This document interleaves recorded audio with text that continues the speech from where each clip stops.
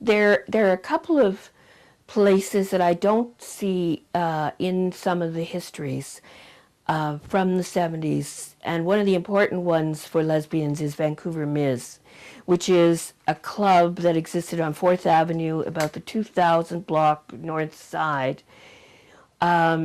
It was one of those, you know, the weird liquor laws in BC, and it was one of those bottle clubs. I think you had to sign out a membership for $1 or something.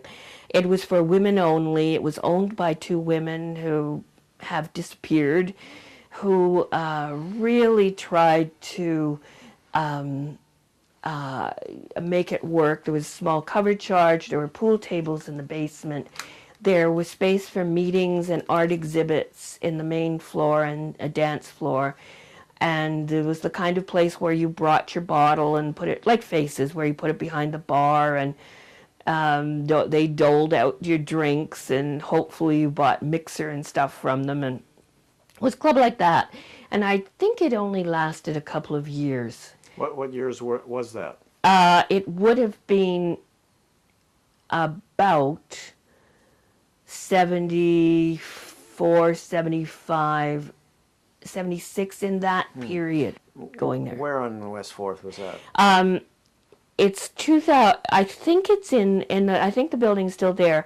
It's up off the street, and I think it's the 2000 or 2100 block, which is between Maple and, yes, it is that block, between Maple and Arbutus. There was also Macara magazine, again, not an out lesbian collective, but predominantly lesbian writers and artists. I was an editor there for a time, and Nora D. Randall was one of the main editors, and a number of the artists are known now as lesbian artists. The cultural exchange came out of an effort to have a women's building, which failed despite an awful lot of fundraising.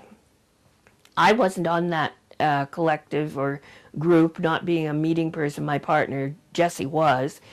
Finally, they took the money they'd raised for a whole building and opened a place on 16th, right near Maine, called the Lower Mainland Women's Cultural Exchange.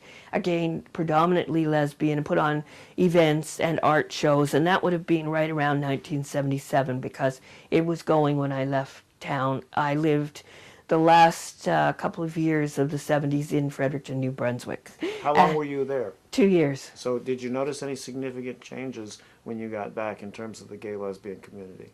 I think that the number of organizations had diminished and the freedom had risen. I had worked on Room of One's Own, feminist magazine, and a woman from there told me that Ariel Books was for sale. Ariel Books was one of the 2 women's bookstores in Vancouver. Ariel actually was started by the wife of Colin Limworth, who owns Banyan Books. Banyan was on 4th Avenue at that time. His wife was pregnant, and she and a friend thought, oh, they just have these women's books in this bookstore across the street, and while they were pregnant, and then they just bring the babies in and run a bookstore. And of course, it doesn't work like that. And you actually had to do more than read books to run a bookstore. So they sold it, or I think they sold it to a collective of a few women, and it was basically operated as a volunteer collective with a half-time paid coordinator.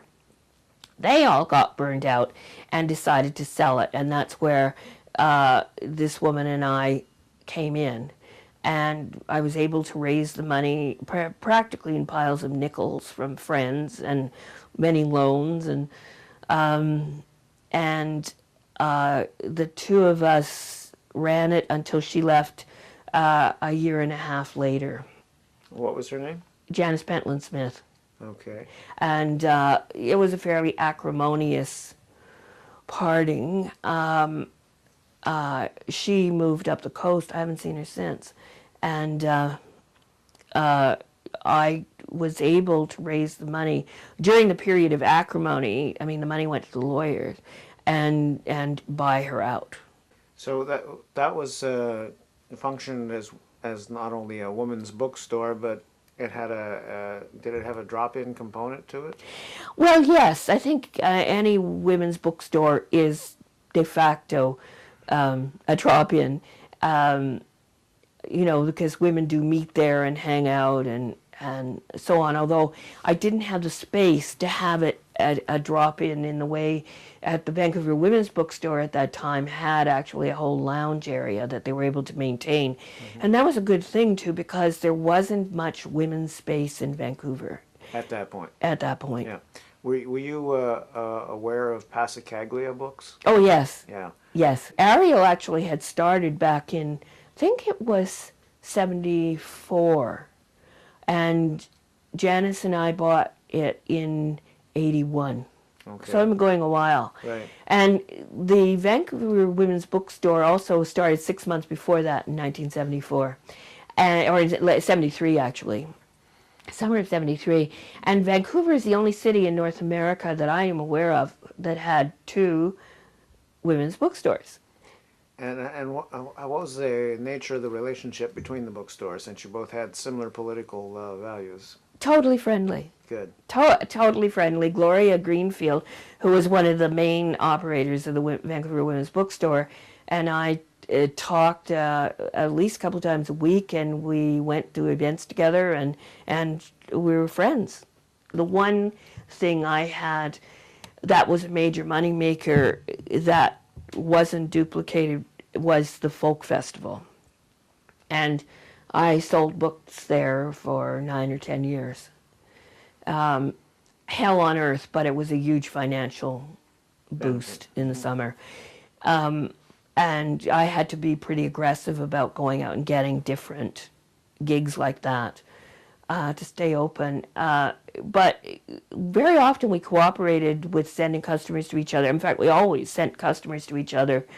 If somebody didn't have something in, we'd, give it to the other, keep kind of a running tab of borrowed books. So it was very cooperative.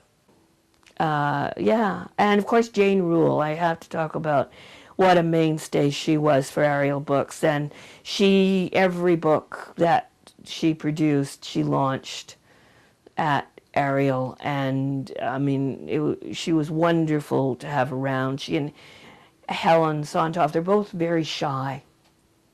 And of course Jane was also in a lot of pain with her back, and it was an effort for her to do that. I mean, she didn't need it. She did it out of support.